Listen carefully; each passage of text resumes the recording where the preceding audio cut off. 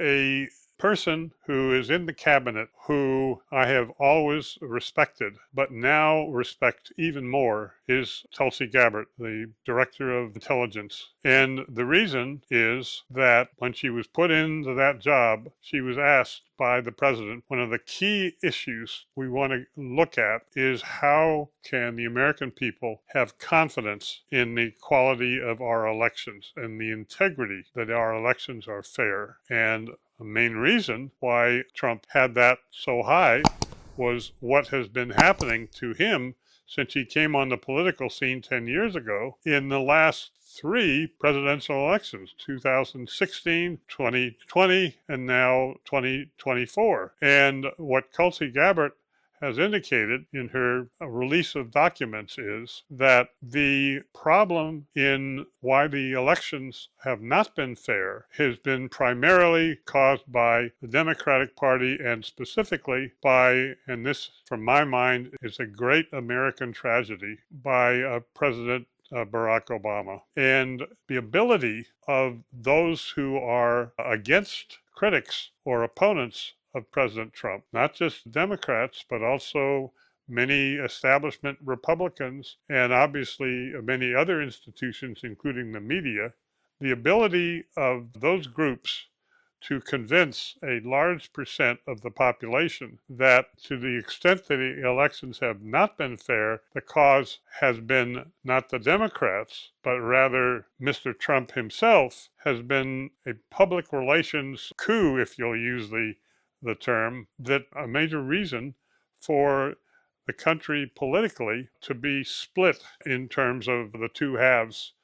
For example, even now, if you look at the latest polls on who people think will control the House of Representatives next year, the last numbers I've seen is that the Democrats are favored by something like 60 or 70% to control the House next year. I think this is going to change as a result of what Tulsi Gabbard has done and has sent all the information that is made public to the Justice Department to look at what's the accountability for people, alas, including the former president, but more specifically for people in charge of the intelligence, such as Mr. Brennan and Mr. Clapper and Mr. Comey. What should be the accountability for the actions that Tulsi Gabbard, in my opinion, has documented were illegal, and even more than that, she uses the word treasonous. This is a very serious situation, and I believe that what will happen, I guess to use the term, will be Chinese water torture. As the information is released, first the information about what happened, but increasingly information largely from the Justice Department on who has been charged, who has been indicted, and then down the road, who has been convicted of being involved in what Tulsi Gabbard rightly calls a coup against not only President Trump, but against the will of the American people in terms of who they elected to lead them. That will be drip by drip, week by week, month by month, a major political and media factor that will be devastating, in my opinion, for the ability of Democrats to get elected